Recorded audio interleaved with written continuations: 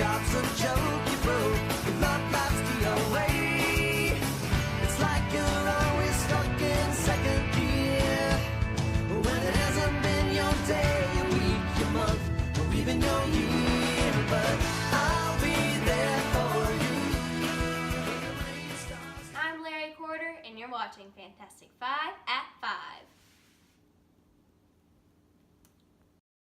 So what are we talking about tonight, LG? We're going to talk about the religion and the adventures of Huckleberry Finn and its ties to modern-day society. Today we're going to interview Bryln Brooks at the mouth of the Mississippi. Right now, we're on the way to find Jim's great-great-great-great-grandson and ask him what Jim was like. There's Jim's great-great-great-great-great-grandson. Let's go get an interview, Larry. Ryan, come here. Go get an interview. How may I help 5 at 5. Can I get an interview? How may I help you? So what was Jim like, Ryan? Well, see, my great-great-great-great-great-great-great-pap, he was a nice man, met a young boy named Huck, Finn, you know.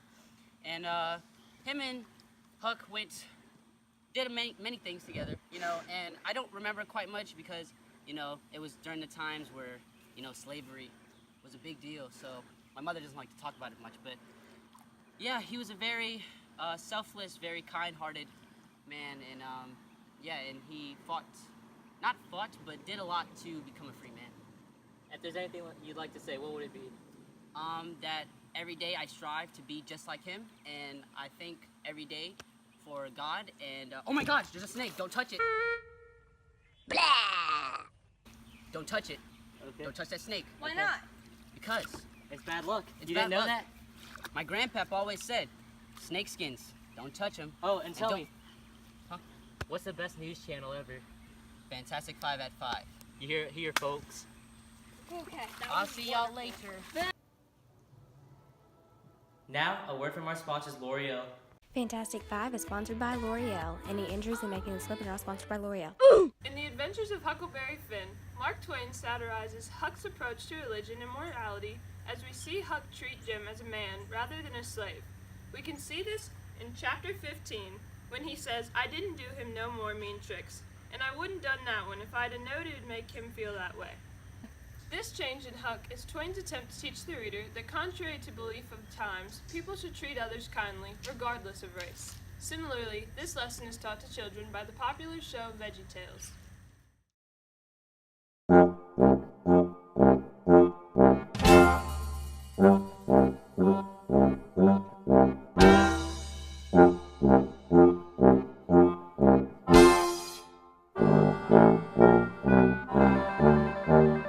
If you like to talk to tomatoes, if a squash can make you smile, if you like to waltz with potatoes, up and down the produce aisle.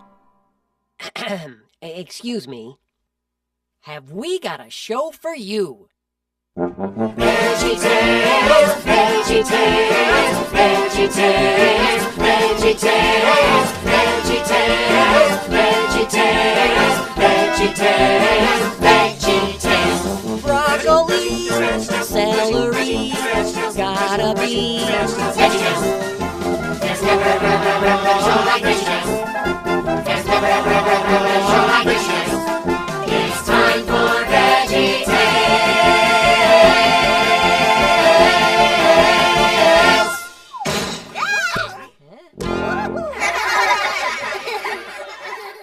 Miss Watson tried to civilize Huck.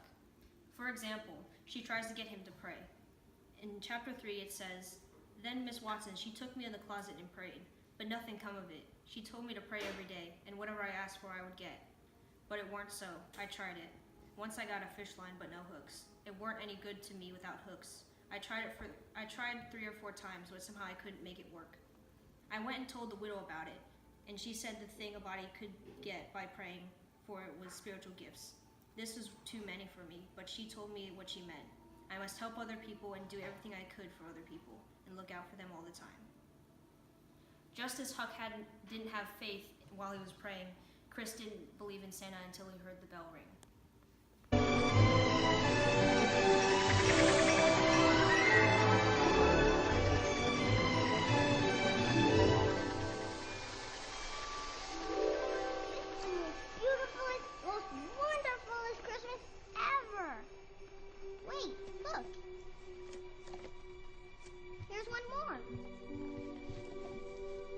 has your name on it.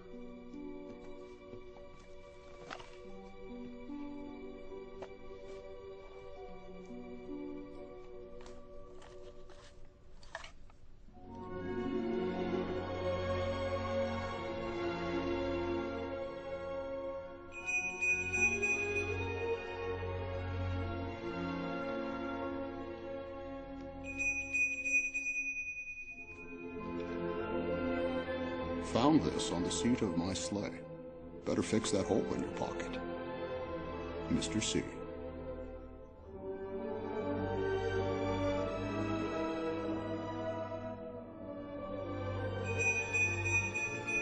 Oh, what a beautiful bell.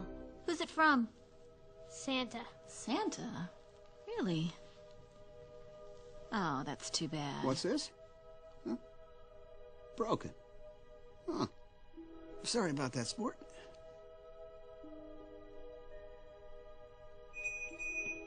Come on, kids. We don't want to be late.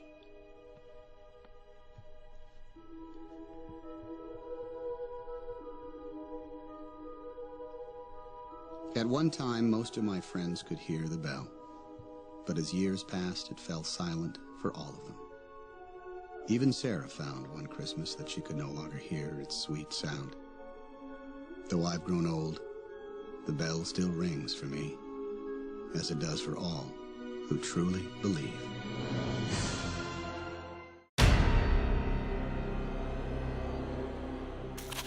Alright, I'm gonna get me some chicken minis. Let's go. Got my sandwich. Why is it open? Funny. You really think Chick-fil-A's open? Nah, because Chick-fil-A, like many other establishments, believe that Sunday, it's a day of rest for the Lord, you know?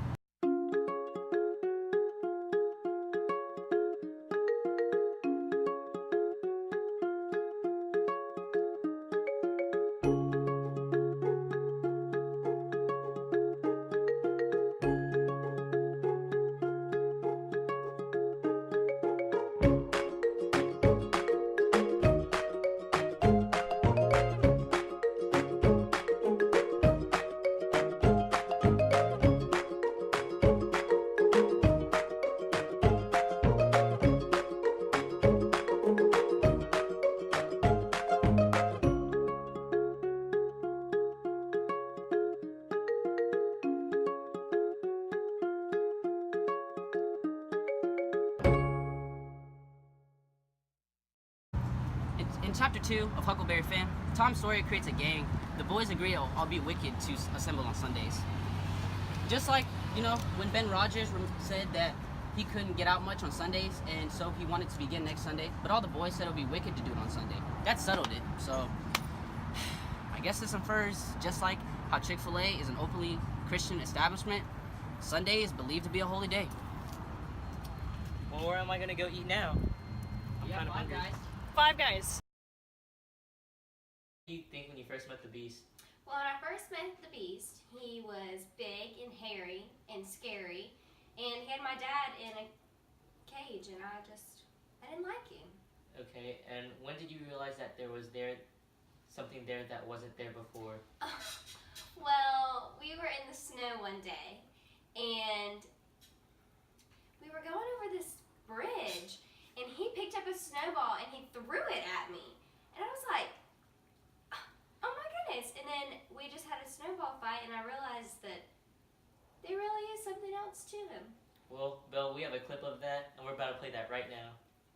There's something sweet and almost kind, but he was mean and he was coarse and unrefined, and now he's dear and so unsure. I wonder why I didn't see it there before.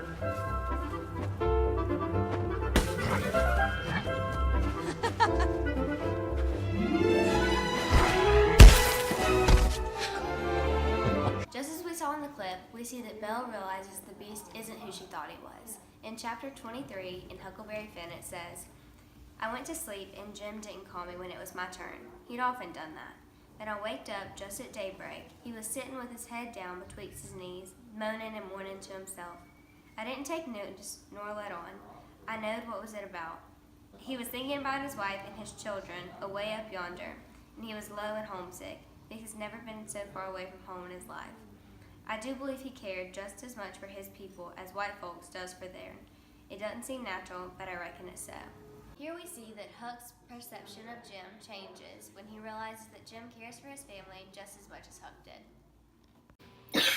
Twain's purpose of satirizing religion in The Adventures of Huckleberry Finn was to show how Huck saw past what people believed at the time, including religion, and was able to create a unique bond with Jim. Brian's example showed us how kids can pick up whatever they are told. Miss Watson probably told him to rest on Sundays, so that's what he did. Alaney talked about Huck's kindness to Jim as their relationship evolved. My own example spoke about Huck not understanding religion and wanting to believe in something that he felt was worthwhile. And lastly, Laurie's example quoted the moment when Huck saw Jim as more of a human than a slave as he was taught. The modern example showcased two unlikely people coming together despite what others think, which is exactly what The Adventures of Huckleberry Finn was written about.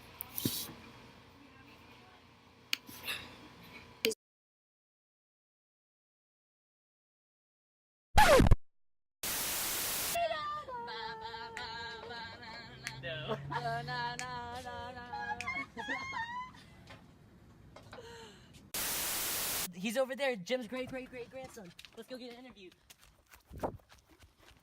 Oh, wait!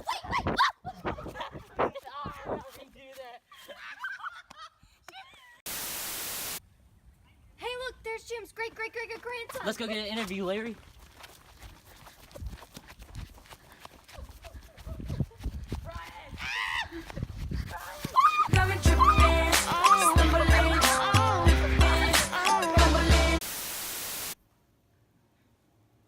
Now, a word from our sponsors. Oh my god!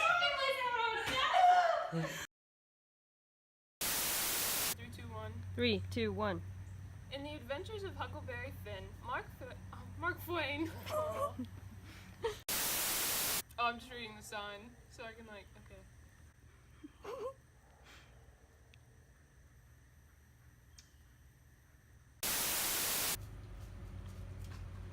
Okay. Oh, here's the book. I'm reading something.